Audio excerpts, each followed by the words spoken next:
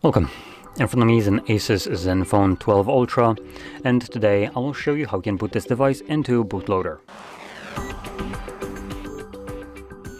So to get started, you'll want to hold your power button and from the boot options, select Power Off.